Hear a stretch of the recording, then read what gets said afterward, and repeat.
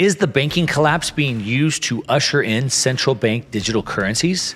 Well, that's a big problem. That's a big threat. A lot of people are speculating that central bank digital currencies will be used in this banking crisis that's leading to this consolidation and the inevitable push. I'm going to be sitting down today with Bruce Fenton. We're going to discuss this. We're going to talk about freedom from a broad perspective. We're going to talk about freedom states in the state of New Hampshire. We're going to then move into kind of the politics side, what he learned running for U.S. Senate, get inside the belly of the beast, go through the banking system, the eventual push to central bank digital currencies, of course, the big risk that poses, and as well, how we can push back and how we can fight this. It was a great conversation with Bruce, one that I enjoyed. You're going to enjoy it too, so let's go ahead and just jump right in.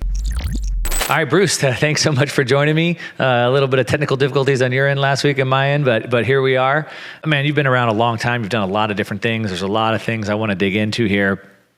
But let's start a little bit, just kind of setting the stage with your background. I know you've done a lot of things in the technology space, Bitcoin space, financial space, but also dipping your toe into politics. I think you were running for a Senate seat. Is that right? Yeah. Over the summer, I ran for U.S. Senate, representing New Hampshire. So just about a year ago, I was in that process, and I announced about a year ago, and I was I ran through November. And I didn't win the primary, but it was a great experience. I was kind of a long shot. I jumped in late, and I had never had much experience with politics, and so it was sort of a long shot. But it was a great way to get my ideas out there. I got to be in the national debates with the other candidates, and really kind of got a PhD in politics over the summer. So I'm glad I did. What are some of the takeaways of your PhD in politics? What'd you find out? Your ideas don't really matter. And really even who you are. If you're a good speaker, bad speaker, charismatic, not charismatic, that stuff is all, a far, far, far distant second to how much money you raise. The politics is a multi-deca-billion-dollar business with a lot of very motivated people to perpetuate this status quo. There's a lot of people making high six figures, even seven figure salaries, consultants and media experts and all of these other people that are in this political system. And it's very, very, very competitive with high stakes and a lot of money. So it's become a commodity. It's like if you want to have a new soda, you want to compete against Coca-Cola or something, the smart VCs will tell you that's almost impossible. You just have to spend a fortune on marketing. Nobody really cares if your soda tastes a little bit better than the other person's soda. And that's sort of the way it is with politics. Nobody really cares that much about your ideas. It comes down, voters are just, basically driven by how much you spend. And they have it almost down to the penny. It costs, $15.22 a vote in this district or that district. So that's kind of unfortunate. I know that's a reality of it. I wish it was different. I wish people would care more about the issues, but that's one reality of it. But, politics is very much dominated by money. Is that because of the repetition where they just need to see your name over and over and over? So when they go to vote, they don't really know who they're voting for, but they recognize the name. So they just happen to vote for the name they recognize. Yeah. There's a lot to it. For one thing, not that many people vote. The average voter here in New Hampshire is 70 years old. It's only a small, especially in primaries, it's a fraction of a fraction. Most people just don't vote, don't bother.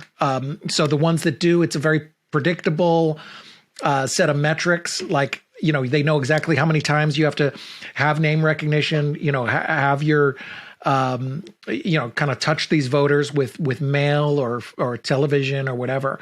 And it really is the name of the game. Your ideas, don't matter nearly as much as just, repeating and getting that kind of name recognition out there. Unless somebody like Elon ran for office, or in Trump's case, when Trump ran, he was already very famous. Well, they've already got the name recognition.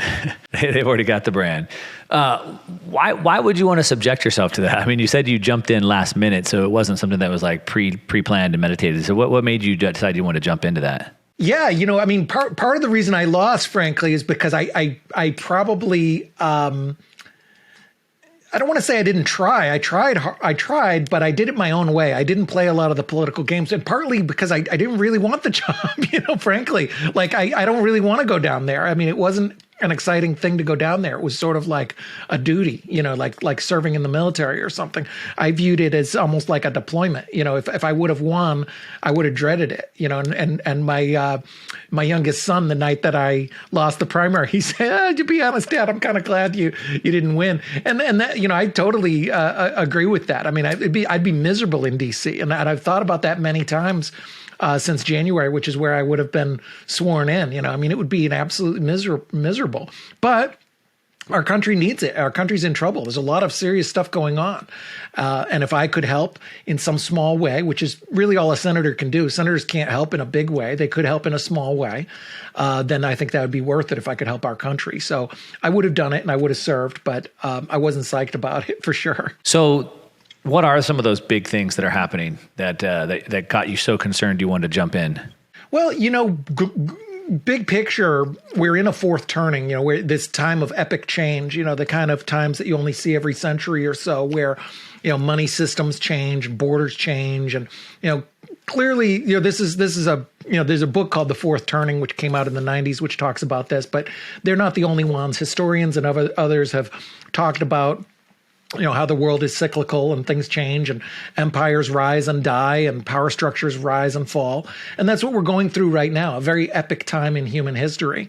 And we're either going to go down a path of more tyranny or a path of more freedom. I like the path of decentralization, liberty, human freedom, those kind of ideals. But there is a very, very significant movement in our government and globally down the opposite path, a path of tyranny and controls. CBDCs, central bank digital currencies, money that the government can control, controlling aspects of health, controlling, telling you to wear a mask or locking down businesses, these kind of things wouldn't have been possible with governments and throughout most of American history wouldn't have been possible. So we've had a radical departure from our history and the way that, in my opinion, things are supposed to work, down this experiment of socialism and wokeism and kind of, identity politics and things like that, which I think are very destructive and antithetical to our values as a nation and our Constitution.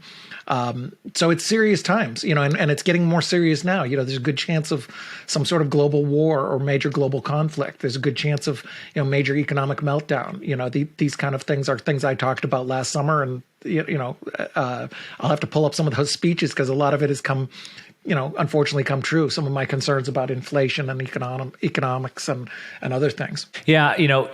As you said, I mean, there's a lot of work that's been done in cycles. I've done a lot of work in the cycles as well. The 80-year cycle, there's a book written called The Pendulum and talks about how the pendulum swings back and forth on an 80-year cycle.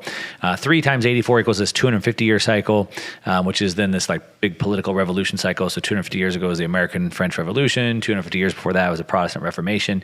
And it's sort of like we just cycles, right? So it's like you go too far one way and then you swing back the other way like a pendulum. And so it swings between like centralization, where we give more and more and more and more to the governments and the state. And then we've given so much, we see how bad that is. And then we swing all the way back to the other side, right? And we probably go too far that way. And so I think I've kind of talked about it like in markets, you have like this blow off top, right? Where like markets keep going up, up, up, like real estate boom. It's sucking more and more people in. And eventually there's no more buyers, or, Bitcoin in 2017 or crypto in 2017, it sucked all the people in and then no more buyers and then it blows off. And so sort of like that, like we've given more and more to the government. Just take care of my retirement, take care of my education, take care of my healthcare. And like eventually there's nothing else to give them. Like they've gotten as big and centralized as they can. We've seen how bad it is. I'm hopeful that we're at that blow off top moment and the pendulum is starting to swing back. It seems like we're seeing signs of it all over, right? I mean, the global homogeny is breaking apart. I mean, look at what's going on in France just today, all those big riots and things that are happening. So it seems like that's what's happening, but it's certainly a volatile time. Yeah, I mean, I hope we're swinging the other way. We've had a lot of tyranny, kind of things that were unrecognizable, and this is sort of a 20-year thing. I think we go back 20 years is where this has been headed. More and more government control, After 9/11, they created the Department of Homeland Security. It didn't even exist before. Now it's like 300. It's the domestic standing army that our founders warned about. 350,000 people. And they're doing like honor guards at the parades and the football games and things. They paid the NFL $5 million to have these TSA honor guards come out. It's just sort of bizarre. This sort of ever expanding state. And we saw that manifested most clearly in the last few years with these, insane COVID policies. The idea that the government can tell you to lock down in your home or stay home, or you have to close your small business and somebody else can keep their large business open. These things are just, totally unworkable. Their exports, especially in the COVID policy case, they're direct exports from China. China influenced the WHO, and the WHO influenced the United States. But they're terrible ideas, and we have same thing with censorship. You have the government involving themselves with things that you would have never seen, when I was growing up, or even 20 years ago. You wouldn't, the idea that the government would go and tell a private organization what to say or not say, or censor, or kick these people off your platform. These are very new and dangerous ideas that are, totally against the Constitution, against everything that we stand for as a nation. So hopefully people will finally get fed up and maybe the ship sort of rights itself. I think freedom is a good thing. Central planning and central control doesn't work. Communism is a bad idea. China will fail, in my opinion, because it's bad economics. It's a stupid idea. And, you can live on fumes for quite a while if you steal enough money from enough people and you enslave enough people. I mean, look at the pharaohs of old, and people who ran slaves and everything else. You can prop it up quite a bit on an artificial economy based on theft and violence and coercion. But at the end of the day, I believe that the free markets and freedom is what made America great. And I think that that's what will come back again, hopefully. Yeah, well, that goes back to kind of as you were referencing the fourth turning, right? And so it's like that generational theory where the hard times create the strong men, and then the strong men create great times create weak men create great bad times. And so it's like those weak men creating bad times are living off the fumes, as you said, right? So the strong men create those good times, and it carries them on for a while. I mean, we can see examples of that all over. I mean, I like to think about like Weimar Republic of Germany, right? They went bankrupt. They had this massive hyperinflation. They had to pay back all these war reparations. The country was completely demolished. Really, really, really hard times. And Germany became the economic engine, the powerhouse of Europe, right? Those extremely hard times made them the strongest, most profitable country. But now look where they are. Now they've lost all reality. They've shut off all their energy. Now they're deindustrializing. Now they've created really, really, really bad times for themselves. Yeah, we're totally seeing that. And we see it with generations too. I mean, right before our eyes, there's a big difference between, kind of the Bob Hope generation, the baby boomers, my generation, Generation X, and then the millennials are very distinct, and then Gen Z. And my hope is that, unfortunately, I think the millennials have it the worst. And a lot of people kind of agree that's, one of the generations with a lot of challenges. And frankly, that's a high percentage of the authoritarians and statists and people with these, bad ideas about, identity politics and economics and socialism and everything. A lot of them are millennials. But it's interesting, my kids are Gen Z, the real young kids. A lot of them are very, very skeptical of politicians. They're skeptical of a lot of this identity politics and other nonsense that's being crammed down their throats. And unfortunately, I do fear that we're going to have hard times. And I think that a lot of them are going to grow up in a very different type of job market. When I was a teenager and in my early 20s, job market was radically different. You had adults doing unpaid internships. You had commission-only sales jobs were very, very common. People would, 60 people would fight for one position. And that, the dot-com bubble and other things, sort of changed that and made it much more of an employee's market. But you have a lot of employees that just don't produce. So I think you could have the pendulum swing back the other way. And unfortunately for Gen Z, I think they're going to get hit hard by it. I think that more of Gen Z is not going to have the kind of, the idea that you just graduate from school and, the world is handed to you. I think it'll be much more like workers in the 60s, 70s, 80s, 90s. where you might have to work for free for 2 years. You might have to do an internship or an unpaid internship or an apprenticeship, or you may have to work commission only. My first job was commission only. They paid me basically minimum wage for some of the hours I worked, and this is at Morgan Stanley. Morgan Stanley had jobs that were, if you worked at Morgan Stanley before my time, especially in the 80s, most of the people didn't get paid, believe it or not. One of the biggest banks, it was a big bank back then. You'd go in and it's like you eat what you kill. If you make money and you earn revenue, you can get a bonus and commissions. Otherwise, you're out. So I think you'll probably have that, and that, I have high hopes for Gen Z. They're really smart and creative, and they're able to learn, and they're embracing technology and everything. So my hope is that they are the new strong generation. Yeah, well, it's not a bad model. I mean, you can go work for free and learn a valuable skill that you can go then use to make money the rest of your life, or you can pay to go to an overpriced college and learn nothing and come out with no skills that are worth anything in the marketplace and an entitled attitude. So maybe that wasn't such a bad model back in the day. Maybe we kind of need to go back to something like that. I'm curious, coming from New Hampshire, were you part of the Free State Project that was there? Yeah. And I'm an active member. My wife's on the board. I signed this Free State Pledge. We both did, I don't know, a decade and a half ago or something. And it was a non-binding pledge that said you're going to try and get 20,000 people to move to New Hampshire and pursue the maximum role of government being the protection of life, liberty, and property. So it's not necessarily libertarians. It could be, originally we were saying kind of nonpartisan, Republicans and Democrats. Unfortunately, I think the Democrats have gone so far the other way. I don't think there's probably a lot of Democrats that are members, although originally it was just kind of nonpartisan, like, hey, let's all pursue less government. Because at the time when the Free State Project was created, Democrats had an interest in reducing war, reducing domestic spying, surveillance, the NSA, these kind of issues that we were talking about 20 years ago. Were things that Democrats had a lot in common with libertarians. But as politics changed, it turned out they didn't really care as much about those issues as they did about the alphabet letter next to their name. So it tends to be, more, certainly libertarian oriented, but it's a nonpartisan group. And very diverse, because there is, so many people, and a lot of them are kind of not joiners or not followers by nature. A lot of, even me, although I identify, I don't necessarily like being put in a box or associated with other people who may have different ideas than me. But there is a good, strong liberty community, a good number of people, good annual events. There's a few annual events. Pork Fest is the big one coming up in the summer. Where people just, get together and share these ideas. And it's attracted a lot of people. And I think we had the record number of movers over the last 3 years, because there was a lot of people who were on the fence, who signed the pledge or whatever.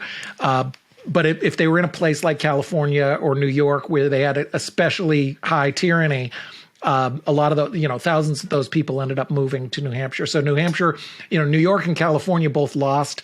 And I think Texas and Florida and New Hampshire gained.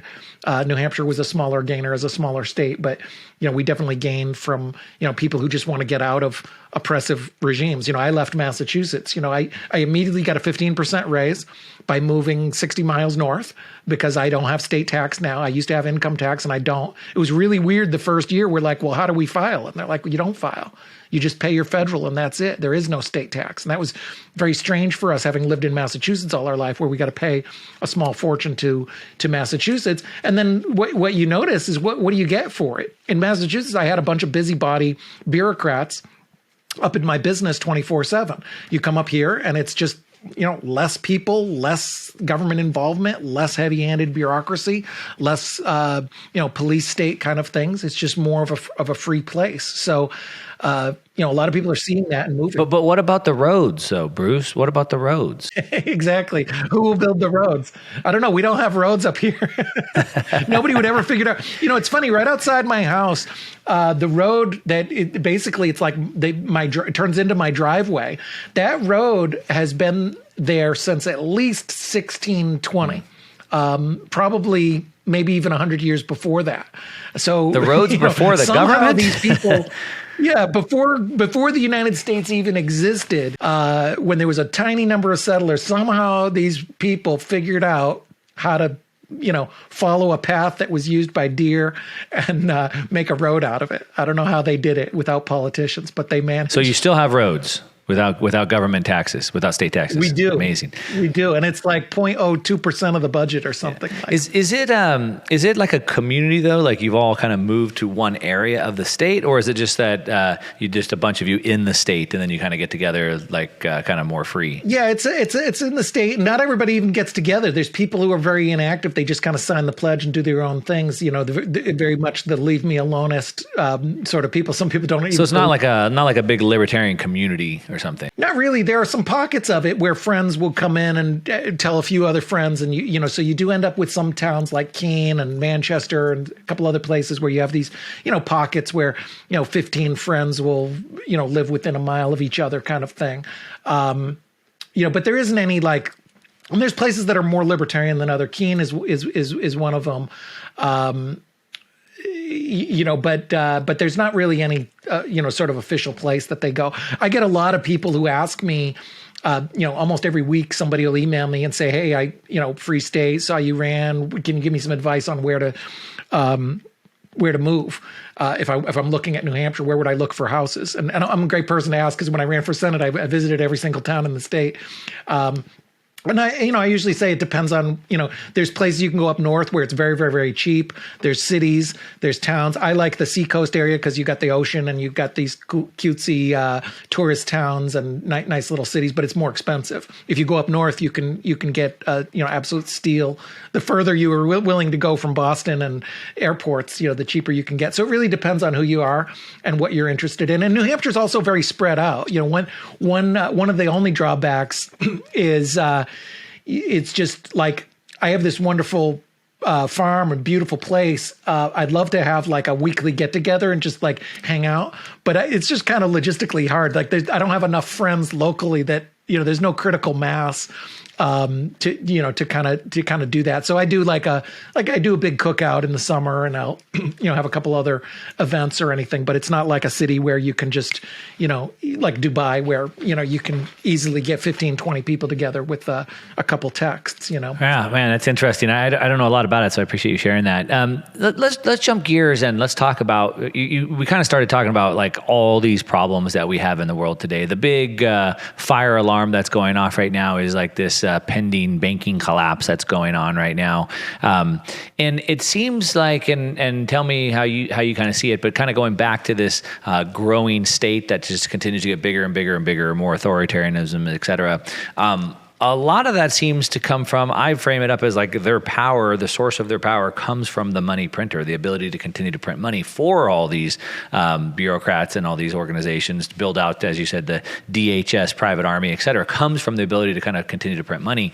But at the same time, it seems like we're witnessing the collapse of that monetary system. The banking system is on fire. The Fed now is saying they're going to back, whatever, $17, $18 trillion of deposits. Kind of what's your take on that? The banking system collapse? Are we coming to the end of that system? What are you seeing there? Yeah, I think you're right. It comes back to the question that I urge a lot of people to ask. It's such a very, very basic question, but very few people ask it. And I've gone, other places, especially outside Bitcoin circles, and I say, what is money? That's a very, very good question. We all work. Everybody cares about money to some degree. For most of us, it drives a good chunk of, maybe a third of our lives is focused on money, and it can be stressful and everything else. But very few people actually stop. Even me, I was in finance for 20 years probably before I ever even asked this question. What is money? And you can Google that. You can Google properties of money, and you'll get an answer that has been around since long before Bitcoin. It'll say that, typically throughout human history, money has been something that is, widely accepted. It's got to be fungible. So, my dollar is the same as your dollar. It's got to be scarce, limited in supply. And there's other other properties that make money. And so asking, that question is a key, part of this answer, because once you figure that out, part of it being the limited supply, we don't have that with this, US dollar or fiat in general. That's just something that people print from thin air and call it money. And you can't do that. You can, again, just like you can kick the can down the road and you can be a tyrant and you can temporarily have a jump in your economy like China. But at the end of the day, if you print something from thin air and call it money, it's ultimately not money. It's not going to meet those properties of what makes good money good. And that humans have always gravitated towards the best form of money. They're just naturally going to. They're going to go to something that's, more scarce, more acceptable, divisible, easy to move, all of this other stuff.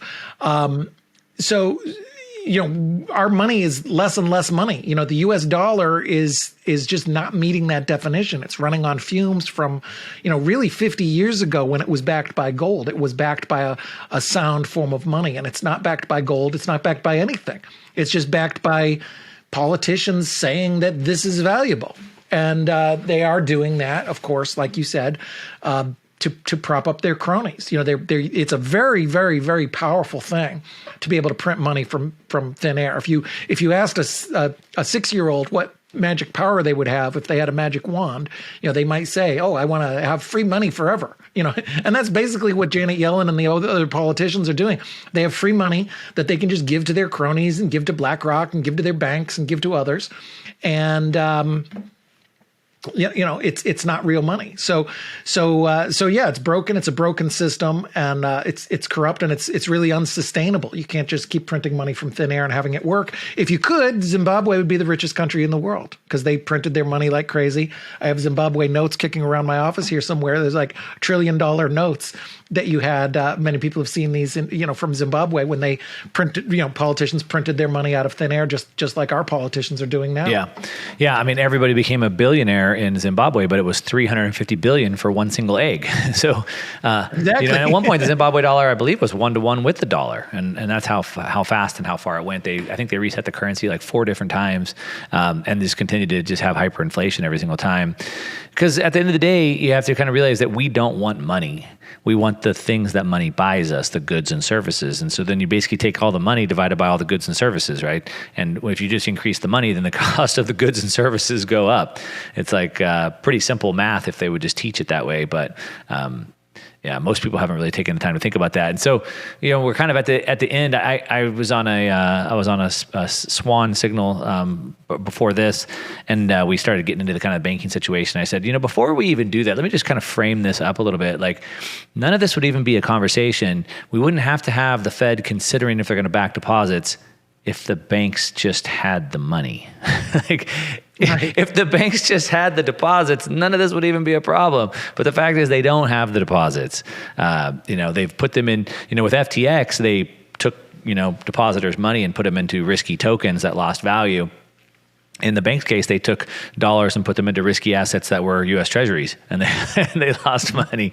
Yeah. And so we're kind of witnessing this whole thing come down. But it's like now the Fed is like basically, we've been seeing them kind of the walls closing in, this rock in the hard place kind of a thing. And like they have basically created this fire alarm, or this fire, the arsonist, trying to bring inflation down, but inflation is not coming down.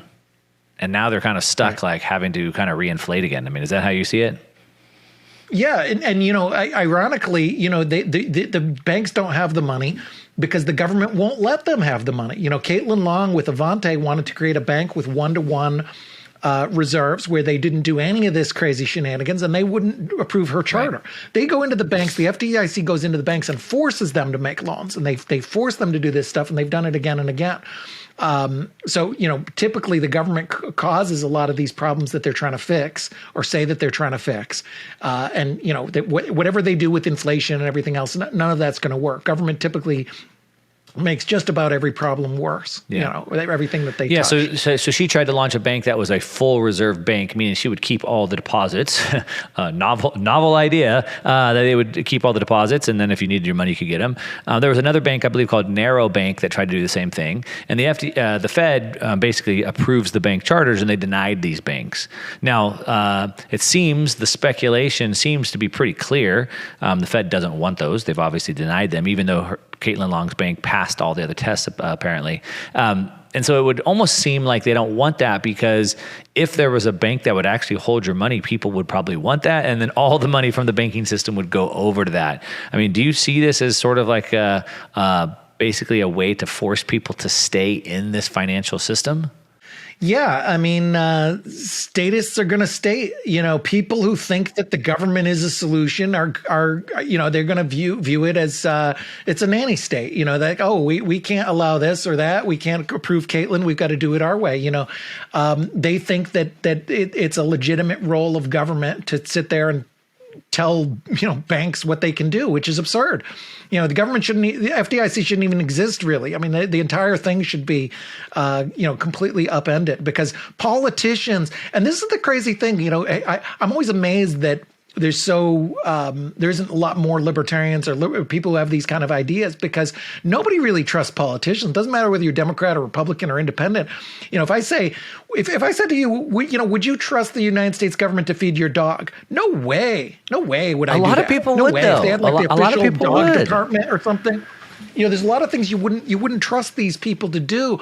Politicians don't do things well. There's very, very few things that they can do well, and even fewer that they can do better than the private sector. One of the only things they can do is they can kill very, very efficiently, which could be useful if we're invaded by a foreign power. It could be very useful to have a military who can fight back. But other than that, there's really not much that they're good at. So, they tend to, go in there. I mean, the idea that these clowns in fancy offices paid for with money that they stole from people can sit lording over people in their marble and ivory towers saying like, well, we know what the economy will do, and let's do this and change interest rates here and deny this charter and approve this one and let Sam come in and get special access to regulators. They don't know what they're doing.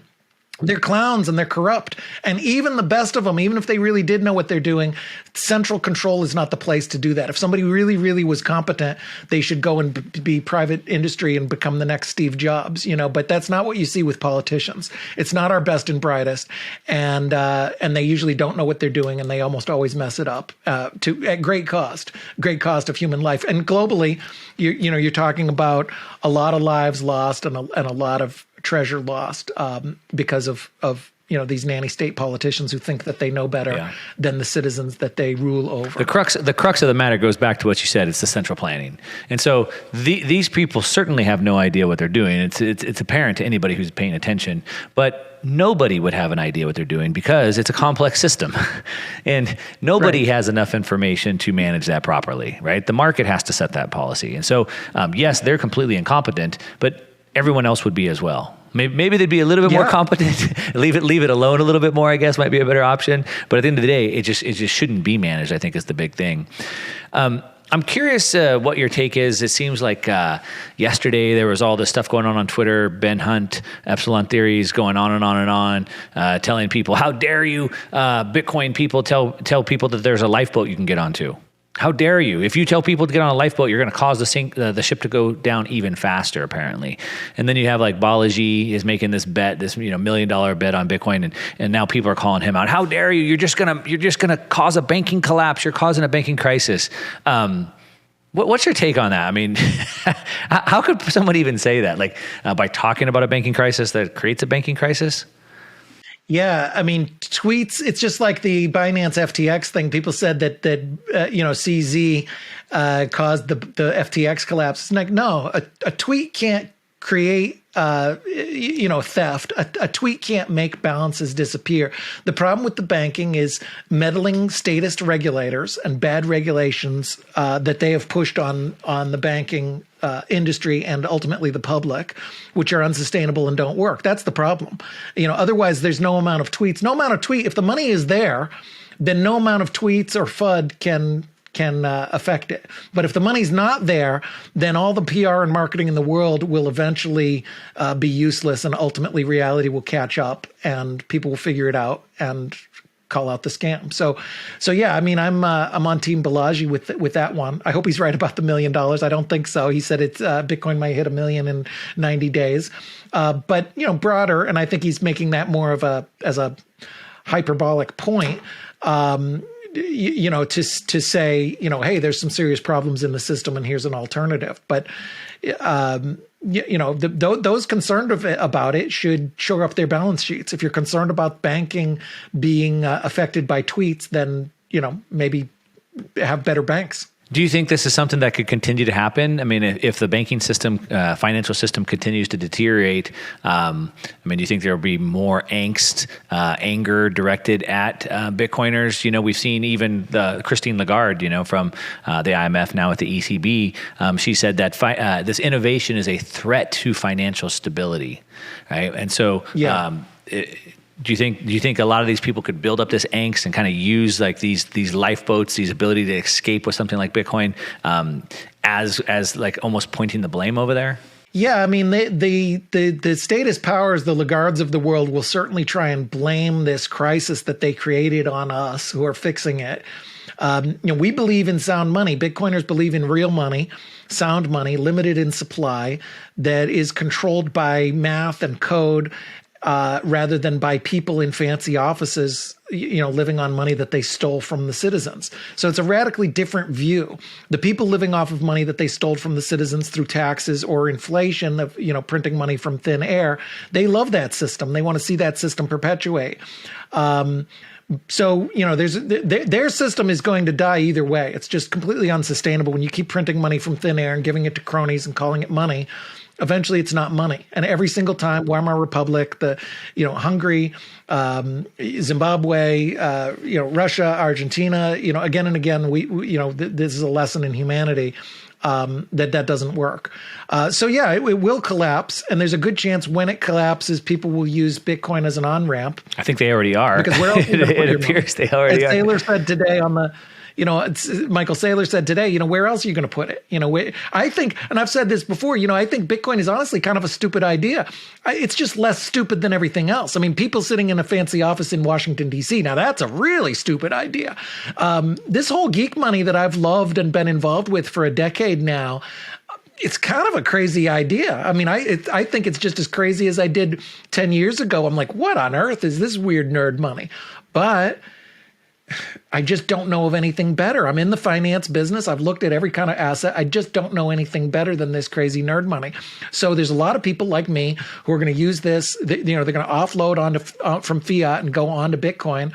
And you could see Bitcoin rise radically, radical inflows. If you look historically at these other times where you've had hyperinflation, it's crazy. And some of them are recent, 2008, recent history where, you have inflation in some of these places. Weimar Republic is obviously earlier, but, 100% a day, and I mean, Russia had, people wanted to get paid in the morning because they knew by the afternoon, if they got paid in the afternoon, the money would be worth less. And so that happens, and it probably will happen. And a lot of people are going to hopefully have Bitcoin as a lifeboat. So of course, the tyrant powers who caused this mess in the first place, who love their broken money, are going to blame it on us. And as a last hurrah, they may try and, outlaw Bitcoin or fight us. That's the ultimate boss fight. But that, may happen when you already have hyper Bitcoinization and the dollar has already collapsed and everybody's moving into this, new form of sound money. But think about it, like the way I kind of look at it though too is, so then the final boss fight, as you said, right? Like, okay, we have to take on Bitcoin or whatever, but like, I don't think I would guess the majority of people know that they shouldn't store their wealth in dollars or fiat, which is why people buy stocks and bonds and they buy real estate and they buy gold and they buy private equity and venture capital. And like, nobody's trying to build wealth by saving money in fiat. So everyone's already exiting fiat to go into real estate, stocks, et cetera, right? And so out of all these reserve assets that we have, debt and whatever, Bitcoin is just one more thing, right? If you look at it that way. Yeah, but they're when you say all the people, it's all the people you and I hang around with, all the smart people, your followers, your listeners and stuff. They know that fiat isn't a place, but your average American does not. A third of the money in the country roughly is in just plain old fiat. You go into I used to be a retail financial planner, so I'd call up and do financial plans for retirees, and there's a massive number of people that they've just always trusted the bank and always do trust the bank. And their idea of doing something innovative is to buy some T-bills or some CDs. And maybe some really good salesperson from Merrill Lynch convince them to buy a couple of stock mutual funds with sometimes as little as 10 or 20% of their money. Now that changes demographically and stuff. Younger people do tend to buy stocks and stuff, but also a lot of younger people don't have as much money. The most of the wealth is with the retirees, and there's an awful lot of people that they do see the banks and they do see fiat. As crazy as that sounds to you and I, they do see that as a place to put their money. So there's a big learning curve, from those people, and then even people with brokerages. Your companies like Robinhood have relatively small balances compared to companies like Merrill Lynch. But if you look at places like Merrill Lynch, even a huge percentage of those people are in things like CDs, T-bills, municipal bonds. That does seem crazy to me as a Bitcoiner and a financial person. I hang out with a lot of VCs and stuff like that. But it's true. There's a massive amount of wealth in the United States and globally that are in these instruments, which are negative yield when you count inflation. They're losing their purchasing power as they speak, and a lot of people just won't realize it. If we do have hyper Bitcoinization or a full real hyperinflation economic collapse, there's a lot of people who just won't even know that it happened until it's too late. They just won't even know. They'll be the ones sitting on the, every time there's a banking collapse, you see people sitting outside the bank. That's the photo the reporters want. And that's probably going to happen in the U.S. And people will be sitting outside the bank crying because they've lost their life savings, which is horrible. Yeah. But there's a lot of people who just, they're not going to get it until they get it. Yeah, I love the book When Money Dies, and it basically documents, the Weimar Republic hyperinflation. And the part that sticks out to me about the book is that it was kind of like this biography. They're kind of interviewing people that kind of lived through that. And all of these people saw the rapid increase in prices of their gold and their real estate and all their assets. But they all thought it was a bubble and that they should sell those assets at the top of the market. So they sold their gold, they sold their real estate, whatever it was they owned at the top before it crashed back down. And then they ended up holding a bunch of worthless paper and they had no assets. And the paper became so worth so little that they eventually just burned the paper because it was worth less than even the wood was, right? And so I kind of think about it like that, where to your point, right, people see these rising prices, real estate rising super fast, gold now is pumping, Bitcoin, obviously all these things, stocks, equities, et cetera. And some of them are like, oh, that's a bubble, I don't want to buy, or, oh, I should sell before it crashes, without maybe really, to your point, understanding what's going on here if you don't zoom out and look at the big picture. Yeah, you got to look at the big picture. A lot of people say, Charlie Shrem had a funny line. Somebody said, oh, I wish I would have bought Bitcoin at 10 cents. He said, you would have sold it at 20 cents. People, you've got to internalize what is money and why this makes sense. Otherwise, people will make that mistake. And there's been many who've made it over the last 10 years where they view this as a trade. They view Bitcoin as a way to get more fiat. So they bought it at 100 and were psyched because they sold it at 110. The famous Bitcoin transaction, the first pizzas that were bought for 10,000 Bitcoin, that Bitcoin was at roughly, it was like $150 or something like that for the 10,000 coins. So he got two pizzas. And then when Bitcoin hit 10 cents, he sold those coins and bought a laptop, I think. So he's like, woohoo, I turned $150 into $1,000. Suckers. He would have 10,000 Bitcoin if he had held them. So, and I've had panic both ways. Sometimes I've worried about market falling, but a couple times I've panicked the other way. I worry about fiat falling. There was a time a while ago where I'm like, I just got to get in. I got to get more Bitcoin before this whole thing crashes. So thinking about those kind of things and internalizing them and getting into the right assets and stuff is key. But that's not an easy game. Professionals get it wrong all the time. You're better off just kind of having some sound money, maybe even some gold. But I like Bitcoin and kind of setting it and forgetting it, just so you have this hedge against who knows what's going to happen. We are in crazy times right now. Well, I gave a talk. I went to Bitcoin Ski Week in Jackson Hole a couple weeks ago, and I gave this talk. I called it The Predictable Future. They wanted me to talk about the uncertainty of the financial system, but I was like, no. Let's talk about the certainty of it, the predictable future. And if you look out and you see what's happening, you look at the U.S. Treasury's budget, you look at their now declining tax receipts and their increasing payments on the interest. Even even the Treasury themselves put out a paper in 2021 said it was an unsustainable path. And when you take a look at all this information, you see that there's no way out but to keep printing. I mean, it's the only option. And so we don't know what's going to happen over the next couple months. I mean, the volatility, maybe we can talk about that, the volatility of what's going to happen over the next couple months. But like over the next 5 years or 10 years, like we know what's going to happen. Like there's just no way out but to print trillions and trillions and trillions of dollars. And so when they do that, that makes asset prices go up. And so you should probably want to do that. And you want to kind of just stay zoomed out and ride that long trend. How have you managed to stay in it for so long with the volatility that you've had to deal with? You know, I being in the financial business for so long really helped me a lot. You know, I avoided trading. You know, I've probably done, I don't know, a couple dozen trades in 10 years. You know, I don't trade.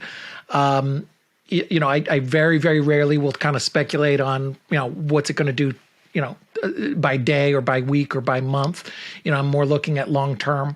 You know, I try and keep very conservative. Surviving is a big thing, both right now and in crypto, and you know, most likely going forward in the future. You know, you always want to make sure that you have enough financial stability to, you know, at the very basic level, pay for a few months' expenses, pay for food, and rent, and things like that. If you lose your job or lose your wealth, you know, have some diversification as you get more, you know, more wealth or a more complex situation. You can look at things like, you know, owning some hard assets like real estate, having, you know, Bitcoin backup plans, you know, planning for contingencies. You know, I just try and, you know, survive and be cautious and prudent. And that's served me well so far. Play the long game.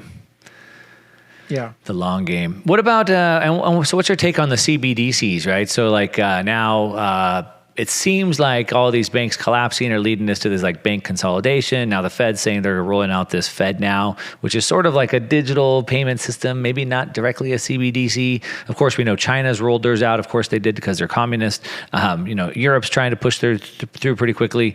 You know, I've kind of thought in the United States that maybe we wouldn't be rushing into it because, you know, we still have that pesky document called the Constitution, kind of limits the powers of the Fed. Of course, they try to get around that whenever they can. Maybe also the pushback that might happen in the United States. What's your take on the CBDC coming in? Yeah, you know, central bank digital currencies are a big danger that everybody should be aware of. Because in a digital world, the world that we are in now, a central bank digital currency has the ability, you know, will have a mechanism of control by the issuer, which is the central bank, which is the government, basically, which is politicians. And so basically you're giving politicians control of your money, not just how they print it and how they inflate it and give it to their cronies, which they already do, but your specific money, right down to probably your own wallet. And the ability for politicians to have even the potential of being able to freeze your money is unacceptable. It is a power you cannot have them have in a digital world. I mean, it is way too great of a power and too ripe for abuse. Because very simply, if they shut you off, in a digital world, you don't have a lot of options. If they can shut your money off and your money literally isn't any good anymore, your money doesn't work. My money works and yours doesn't. You're at a tremendous disadvantage. You can't really do anything. I mean, you probably can't even barely survive for 3 days, 3-4 days, maybe, depending on how much food you have. If you're a prepper, maybe 6 months or something. But it'd be extremely difficult. I mean, even as a prepper, I need fuel. If I can't get, if they had a CBDC and I said something they don't like, or Trudeau tried to shut off, or he did shut off the Visa and the MasterCard and the PayPal of these truckers. If he could shut off their money at the root, so their money just didn't work anymore, he could eliminate his political opponents, and he could do for any reason. And you'd never even hear from them because they wouldn't have internet connections. Yeah. You can't get on the internet. You can't even drive. You can't even go to a local rally. Suppose they pulled this on me, I wouldn't even be able to drive to your studio, because I couldn't get gas. I mean, it's just too great of a power to give politicians, especially in this world where they have shown themselves not to be trusted and they've abused us again and again with increased tyranny and authoritarianism. We just can't allow politicians to have that, no matter what political stripe you're from, whether you're libertarian, anarchist, Republican, Democrat, statist. You just can't. And I always say, just picture your least favorite politician, whether that's Pelosi or Trump or someone else. Whoever your least favorite is, you don't want them to have that power, the power to make it so that you're just completely shut off. Your credit cards don't work. Your money doesn't work. Your internet won't work. You won't be able to pay your rent or your mortgage or your taxes. It's major, major trouble. Even just errors and things like that, they could accidentally, if they roll this out, it's only a matter of time before they're accidentally seizing people's money as well. They'll just expand it and expand it and expand it like they do with everything else. They'll say, well, what about the children? Shouldn't we freeze the kidnappers, money? And, of course. Well, what about terrorists? Okay, let's seize their money too. Well, isn't kind of everybody a terrorist? Yeah. What about racists? Let's seize their money too. Well, isn't everybody a racist? What about Republicans? Let's just seize their money. I mean, you can just keep seeing how it's very easy to expand this. And the people at the brunt of it, have very little ways to fight that, because you can shut off their voice and shut off their ability to even survive. We've got to fight this like crazy. It's exhausting, but we have to fight CBDCs. We can't allow this to happen. I mean, and we saw Ron DeSantis down in Florida, I think yesterday or this week, was saying he's going to sign some bills where they can't have CBDCs in Florida, which doesn't really make a lot of sense. Obviously, it would be a federal thing, not necessarily a state thing. We see, Rep. Tom Emmer is doing a lot of pushback. Ted Cruz has been doing pushback. So there are some people fighting the fight. So I guess, do you think this is something that maybe won't ship? The other thing I take a little bit of solace in is in the Fed's own, the government's own incompetence. Like how did it work for them getting an Obamacare website off the ground, right? They can't even overhaul the IRS website. So I also kind of have a little bit of faith in their incompetence. But do you think this is something that maybe you definitely see obviously in the communist countries, but maybe doesn't really happen in the US, or is it's a real threat of going through and we really got to be vigilant? Yeah, I think it's a real threat. They may be incompetent, but never underestimate their ability to do violence. There's always a meathead with an IQ of 70 who will light a match or you shoot a gun. And, they'll just, that it is a tool of force and violence, and they can force you to use a bad website. If they start arresting people, they can force the banks to do it. There's a million different ways they can make this work. And you look at the level of tyranny that we saw over the last few years with these crazy policies that were based on nothing. We now look back and we see that, there was this idea of lockdowns was really, there was no science saying that. Even their own plans with the CDC and others didn't have plans for a lockdown. That was just something people invented because they thought it sounded good and it gave them good feeling, So yeah, I wouldn't underestimate their ability to push forward something, even if they are incompetent. So I do worry about it quite a bit. Unfortunately, I feel like it's almost inevitable, and we just have to hope that these other, alternatives or carve-outs, things like the Free State Project or what DeSantis is doing or Bitcoin or, other things give us enough of counterbalance that we can effectively fight this, or at least have an alternative to limit its power. Kind of like guns do. Firearms do limit the power quite a bit of the state just to be heavy-handed wholesale abuse of people. That's why you'll see, when you have groups that are more pro-gun, the police tend to be lighter hands. When it's Occupy Wall Street, which was mostly lefties who were unarmed, and also a lot in New York where you can't be armed. They're just macing them and handcuffing them and abusing them. But if you see like a pro-firearms rally in Connecticut or something, the cops aren't just macing people wildly. And it's not because they're worried about getting shot. It's just because you have a little bit better balance of power. Hopefully you can do that with CBDCs where you have some of these regulations. We'd like to get something like that passed in New Hampshire as well. It is hard, like you said. I looked at the legislation, and I have some friends that are state legislators. It's not easy to prevent because state law can't supersede the Fed. So it's not easy to just say, no, the Fed can't come in here and nothing is welcome. It's a trickier rule. If there's any lawyers out there, that's a great area. If you can figure out a clever way to make it so that a state can do this, you could, piggyback off of Florida's and apply it to places like New Hampshire, or Wyoming, or other places where it might be likely to be passed. But yeah, I worry about it. I think it's something we have to be very cautious of. Yeah, definitely. And we can see it playing out in other countries, so we kind of get a head start or a look into the future of that. But certainly, it would be the final piece for their what we'd call a digital panopticon, right? Like turn us into digital serfs, right? And so we'd have to keep that from happening. I agree. Without the freedom to transact, there is no freedom. So, man, with that, I think we're going to wrap it up. I know you have a lot of things going on. Watchdog Capital, I think, is kind of your big thing. Satoshi Roundtable. Anything you want to shout out or draw attention to that we can link in the show notes? Yeah, pursue freedom and, follow me on Twitter or whatever. But, we're all in this together. We've got to, we decide what our world is going to look like in this crazy fourth turning. And, just as people in centuries past, they were just normal people, our founding fathers and others who did brave things and made the world a better place. It's our duty to do that now. So, we should all be aware of these things and talking about it. And you're doing a great thing by talking about these issues so much. So, we're all in this together. Let's make the world better and more free and more decentralized. Pursue freedom. I love it.